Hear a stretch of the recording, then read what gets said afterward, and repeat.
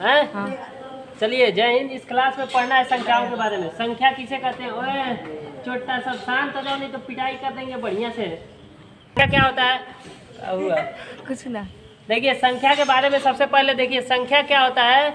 सब लोग आँख नाक कान मुंह और जो भी है थोबड़ा। वो हाँ जबड़ है सब थोबड़ा। लोग एकदम हाँ ध्यान से मतलब समझेंगे, ठीक है? भूलना नहीं चाहिए। अभी संख्या किसे कहते हैं? जिसे हम गिनते हैं उसे संख्या कहते हैं। आई बात समझ में? बोलिए। संख्या के बारे में पूछेगा तो संख्या किसे कहते हैं? जिसे हम गिनते हैं गिनती के रूप में, उसे संख्या कहते हैं। अब संख्या के प्रकार यहाँ पे दिया हुआ है। प्राकृतिक संख्या, पूर्ण संख्या, पूर्णांक और परिमेय और अपरिमेय, ठीक है? तो प्राकृतिक को बोलते हैं नेचुरल नंबर, NATURAL, नेचुरल होता है। पूर्ण संख्या को बोलते हैं होल नंबर, WHOLE, होल। और उसके बाद पूर्णांक को बोलते हैं इंटीजर्स, INTEGERS, ठीक है? इंटीजर्स। और उसके बाद परिमेय संख्या को बोलते हैं रेशनल नंबर, ठीक है? इसका इंग्लिश होता है। और ध्यान से देखिए नेचुरल नंबर क्या होगा? प्राकृतिक संख्या किसे कहते हैं? ऐसी संख्या जो कहाँ से प्रारंभ होती है? एक से प्रारंभ होती है और कहाँ तक जाती है? अनंत तक। अनंत का मतलब ये होता है कि जिसका अंत ना हो, ठीक है? तो इसका एग्जाम ऐसी संख्या जो क्या एक से प्रारंभ होती है अनंत तक जाती है उसे प्राकृतिक संख्या कहते हैं। जैसे में एग्जाम्पल में हम लिखवाएं 1 2 3 4 5 ऐसे डॉट डॉट डॉट इनफाइनाइट तक। क्लियर है? उसके बाद आता है पूर्ण संख्या। पूर्ण संख्या क्या होता है? इसी में बस क्या हो जाता है? जीरो लग जाता है। यानी ऐसी संख्या जो कहाँ से प्रारंभ होती है? शून्य से। एग्जाम्पल में देखिए 0 1 2 3 4 डॉट डॉट डॉट, ये भी कहाँ तक जाएंगी? इनफाइनाइट। याद हुआ? पूर्ण संख्या यानी होल नंबर।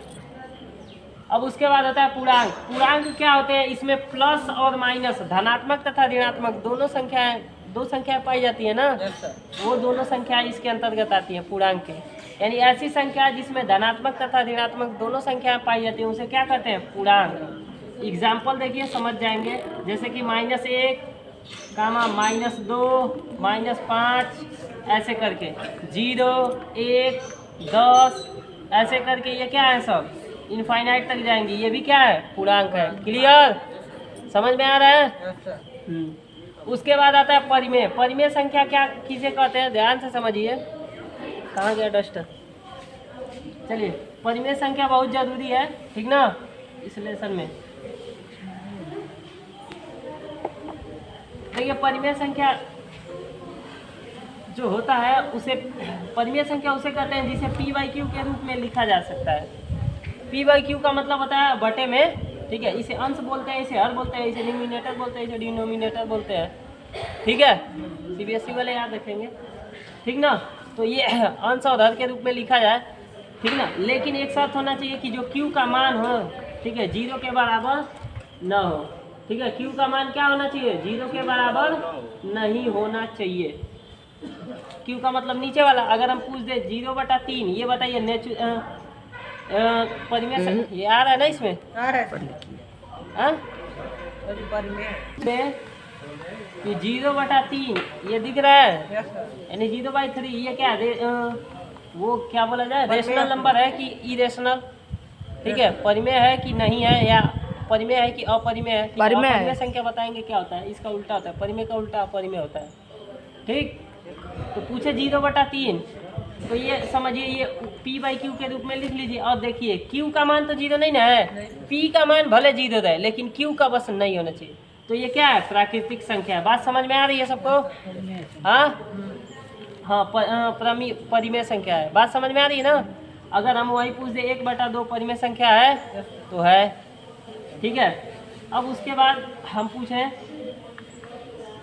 कि जो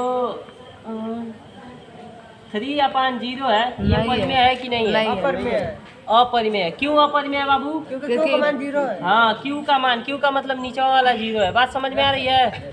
हाँ, तो परिमेय अपरिमेय, अब परिमेय हो गया क्लियर ना? अपरिमेय पे चले। अब देखिए अपरिमेय का जो चैप्टर है ना वो थोड़ा बहुत ही लंबा है, लेकिन हम फिर भी विस्तार से नहीं, छोटे में ही करके समझाएंगे। आप लोग देखिए ध्यान से। वर्ग और वर्गमूल पढ़ चुके हैं ना? पढ़े होगा? पढ़े नहीं पढ़े हैं? पढ़े हैं। अच्छा भाग पढ़े हैं? भाग जिन संख्याओं का मान अनंत तक होता है ना, देखो इधर,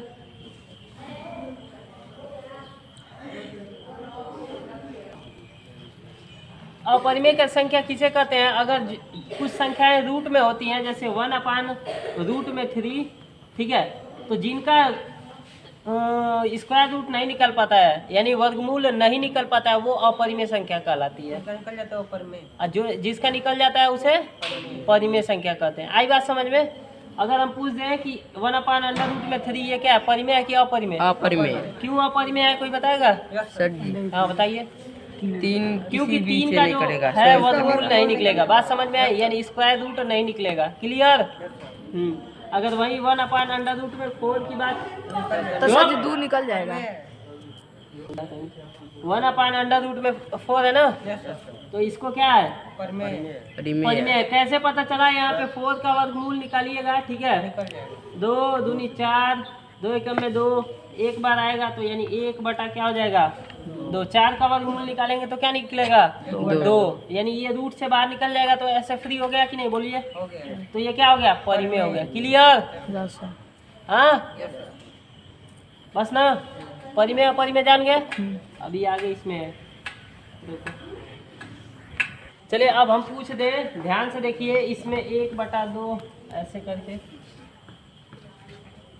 दूसरा है 5/3 और तीसरा है -2/1। चलिए खड़े हो जाइए नाजिद हुसैन। चलिए इसमें बताइए अंश कितना है, अंश का मान कितना दिया है? 1/2। अंश पूछ रहे हैं, होश और हवास में। अंश कौन होता है, हर कौन होता है? अरे होशियार चंद, हर कहाँ लगता है? जमीनी में ना। जमीन का मतलब नीचे, तो नीचे का हर हो जाता है और ऊपर का अंश हो जाता है। अंश मतलब आसमान। क्या होगा? अंश। आएगा समझ में? हर कितना होगा? उल्लू हो, दिखाई नहीं दे रहा है? हाँ, समझ में आया? अंश और हर इंग्लिश में बोलते हैं न्यूमिनेटर, ठीक है, और इसे डिनोमिनेटर। याद होगा? क्लियर ना? अंश और हर में कोई दिक्कत? चलो खड़े हो, चलो बताओ अंश कितना है इसमें? 5, यानी न्यूमिनेटर 5 और डिनोमिनेटर 3। चलो खड़े हो, खड़े हो। कौन? हाँ खड़े हो झाम। चलो ध्यान से देखो, इसमें बताओ ये एक क्या है? ओए नीचे नहीं, हाँ बोलो, एक क्या है? हाँ, अंश है। अरे वाह, ससुर 20 बार बोले हैं कि नीचे हर लगता है, तो नीचे क्या है? और मारेंगे ना कि दांत सब अंदर हो जाएगा। नाटक कर रहा था। जनमीटर। और कितना होगा? एक। अंश कितना होगा? उल्लू हो, तुम लोग को दिखाई नहीं देता है दिन में? नहीं सर, उल्लू को कभी दिन में दिखाई नहीं देता है। बैठो।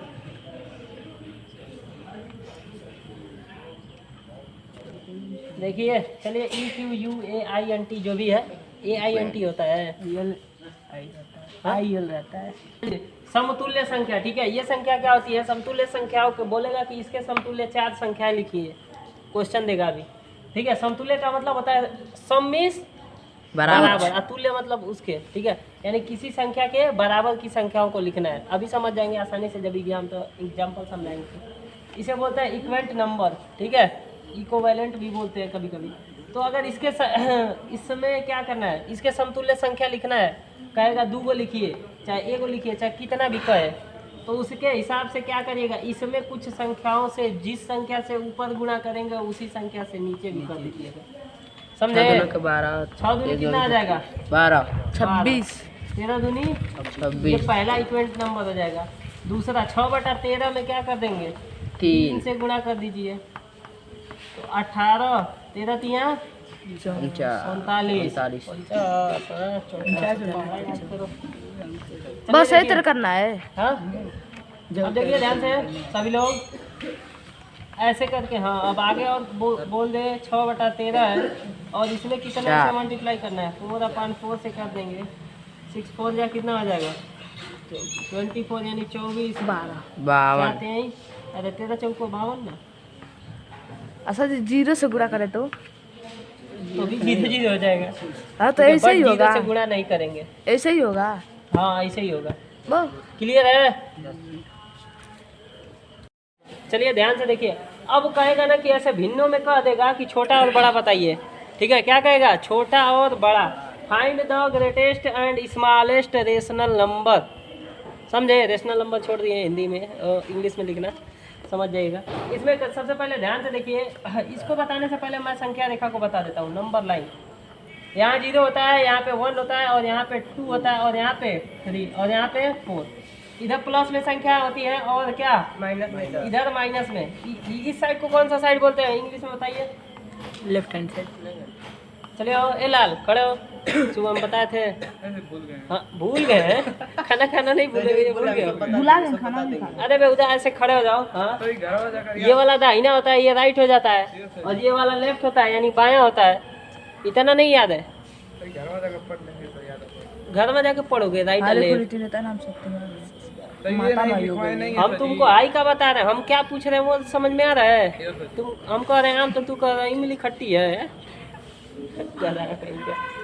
क्वेश्चन को पहले ध्यान से समझो तब आंसर बताना।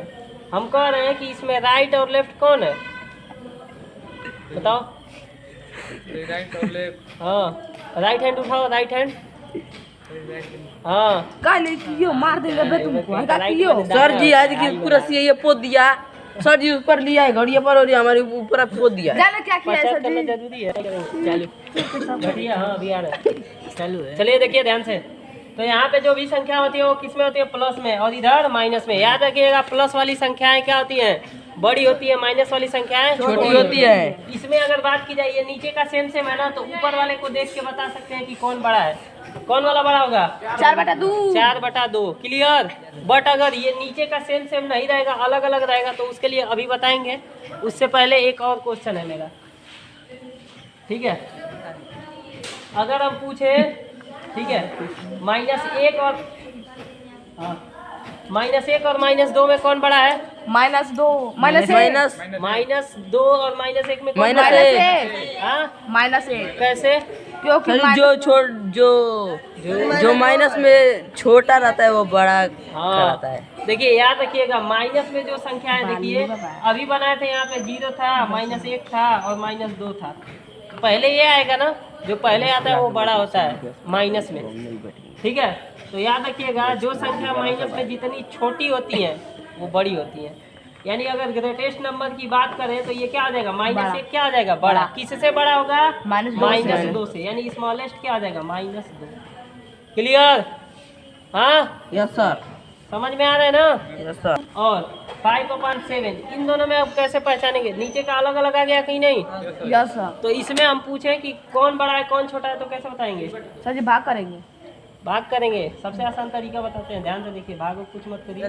3/2 है, ओए उत्तर इधर देख, 3/2 है। इसके सामने ये है 7, इससे ऊपर नीचे मल्टीप्लाई कर दीजिए।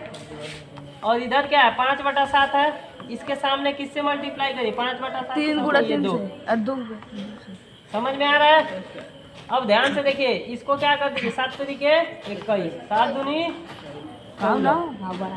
5 दूनी 10, यानी 5 2 जा 10 और 7 2 जा 14 यानी 14। अब इसमें इन दोनों में देख के बताइए कौन बड़ा है? ऊपर वाला 21/14 बड़ा है ना, तो इसको लिख देंगे। यानी ग्रेटेस्ट इक्वल टू क्या हो जाएगा? 3/2। इसी को तो ये इसके बराबर ना होगा, इसी को हल करके लाए हैं। बात समझ में आई? और स्मॉलेस्ट क्या हो जाएगा? यस बराबर हो जाएगा 5/7। समझ में आ रहा है?